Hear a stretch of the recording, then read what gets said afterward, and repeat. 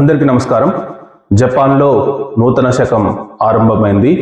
Japan prime మినిస్టర్గా సనాయి టకాచి ప్రమాణ స్వీకారం చేయడం జరిగింది. సో ఎవరి సనాయి టకాచి?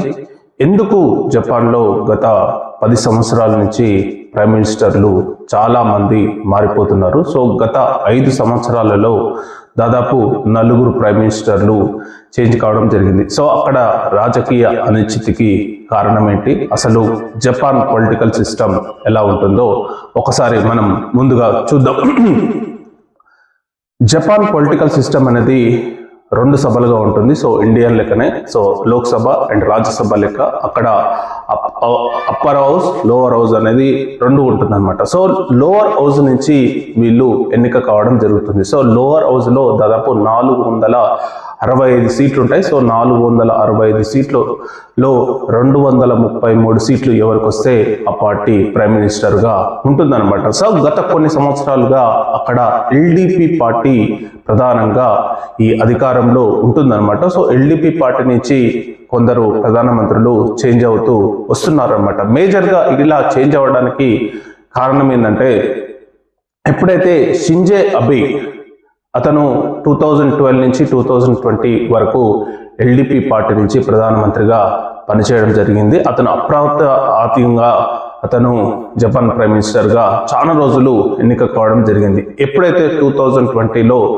అతను ఏదైతే ఎల్డిపి పార్టీ నుంచి అంత మెజారిటీ రాకపోవడం వల్ల ఎల్డిపి పార్టీ కొమియోటి అనే పార్టీతోని టైఅప్ అయ్యి అధికారంలోకి రావడం జరిగింది. సో దానివల్ల అంతర్గత విభేదాల వల్ల చాలా మంది ప్రైమ్ మినిస్టర్లు చేంజ్ అవుతూ రావడం జరిగింది అనమాట. దానికి తోడు జపాన్లో ద్రవ్యోల్బణం, సో చాలా రెసిషన్ ఉండడం వల్ల, మరియు ఆ దేశ సంపద అనేది చాలా తగ్గుముఖం పట్టిందని చెప్పి అంతర్జాతీయంగా చాలా విమర్శలు రావడం జరిగింది. సో దానివల్ల అక్కడ ప్రైమ్ మినిస్టర్స్ మీద చాలా ఒత్తిడి వల్ల అక్కడ ఉన్న ప్రజలు ఉద్యోగాలు లేక మరియు రెసెషన్ వల్ల చాలా ఇబ్బందులు పడుతున్నారని చెప్పి అక్కడ రాజకీయ అనిశ్చితి నెలకొల్పడం జరిగింది. సో దీనివల్ల గత 5 సంవత్సరాలుగా 4 ప్రైమ్ మినిస్టర్లు వరుసగా రాజీనామాలు చేయడం జరిగింది. ఏ ఒక్క ప్రైమ్ మినిస్టర్ కూడా 1 సంవత్సరం పాటు కూడా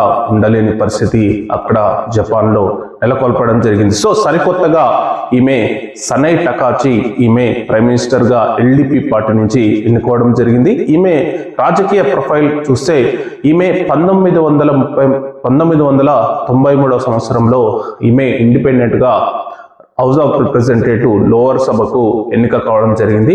ఆ తర్వాత ఈమె ఎల్డిపి పార్టీలో జాయిన్ కావడం జరిగింది. ఎల్డిపి పార్టీ జాయిన్ అయిన తర్వాత ఈమెకు మంచి ప్రజాదరణ దక్కిందని చెప్పాలి. అప్పుడు ప్రైమ్ మినిస్టర్ అయిన షింజే అబే ఈమెకు మరింత సన్నిహితురాలుగా మెలగడం జరిగింది. సో దానివల్ల ఈమెకు చాలా పదవులు అక్కడ అంతర్గత మినిస్టర్గా మరియు చాలా పదవులు వైస్ మినిస్టర్గా చాలా పదవులు దక్కడం జరిగింది అనమాట. ఆ తర్వాత ఈమె అదే పార్టీలో ఎదిగి ప్రజెంట్గా ఎల్డిపి పార్టీ అధ్యక్ష పదవిని చేపట్టడం జరిగింది. ఎల్డిపి పార్టీ అధ్యక్ష పదవి చేపట్టిన తర్వాత అనూహ్యంగా ఆమెకు ప్రైమ్ మినిస్టర్ పదవి కూడా దక్కడం జరిగింది. సో ఈమె మోస్ట్ అల్ట్రా కన్జర్వేటివ్ రాజకీయ నాయకురాలుగా ప్రసిద్ధి పొందింది. సో ఈమె యూకే ప్రైమ్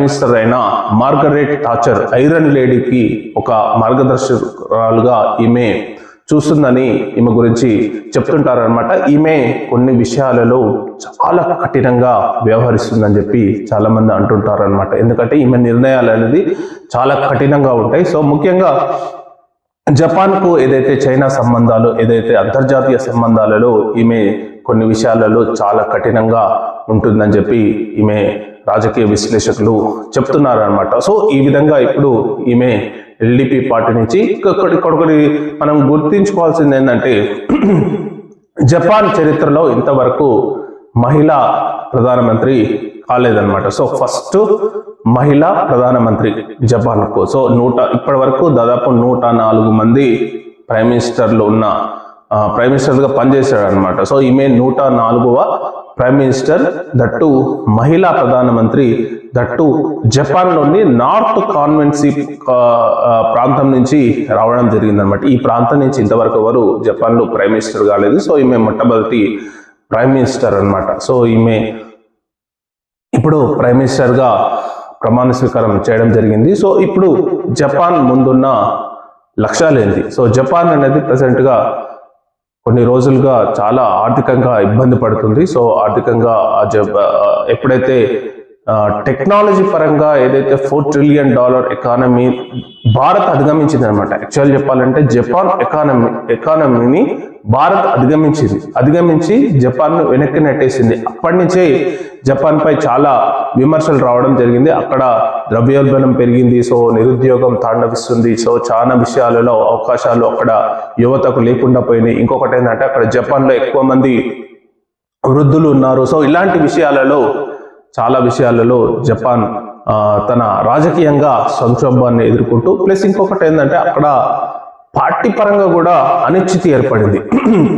ఇక్కడ ఎల్డిపి పార్టీకి పూర్తి మెజారిటీ లేదు. సో మెజారిటీ లేక ఆ పార్టీ కోయిమిటో అనే పార్టీ పైన ఆధారపడుతుంది. సో ఎప్పుడైతే ఇంకో పార్టీ పైన ఆధారపడిందో అప్పుడు రాజకీయ నాయకత్వం అనేది అంత పటిష్టంగా ఉండదు. సో దానివల్ల అనిశ్చితికి కారణమవుతుంది. సో ఏ విషయంలోనైనా నిలదీస్తారనమాట. సో గొంతు ఎక్కువగా మోగుతుంది. సో దానివల్ల ఏంటంటే ఇలా ప్రధానమంత్రులు చేంజ్ అవుతూ వస్తుండడం జరిగింది. మరియు ఇప్పుడు సనాయ్ టకాచి ఏ విధంగా పరిపాలిస్తుందో చూడాలి. ఎందుకంటే జపాన్లో ఎవరైనా సరే 4 సంవత్సరాలకు ఒకసారి ఎన్నికలు జరుగుతుంటాయి. సో మొన్న రీసెంట్గా జరిగిన ఎన్నికల్లో ఎల్డిపి పార్టీ అంత అనుకున్నంత ప్రభావం చూపలేకపోయింది. సో దానివల్లనే ఇంకొక కోయిమిటో పార్టీ నుంచి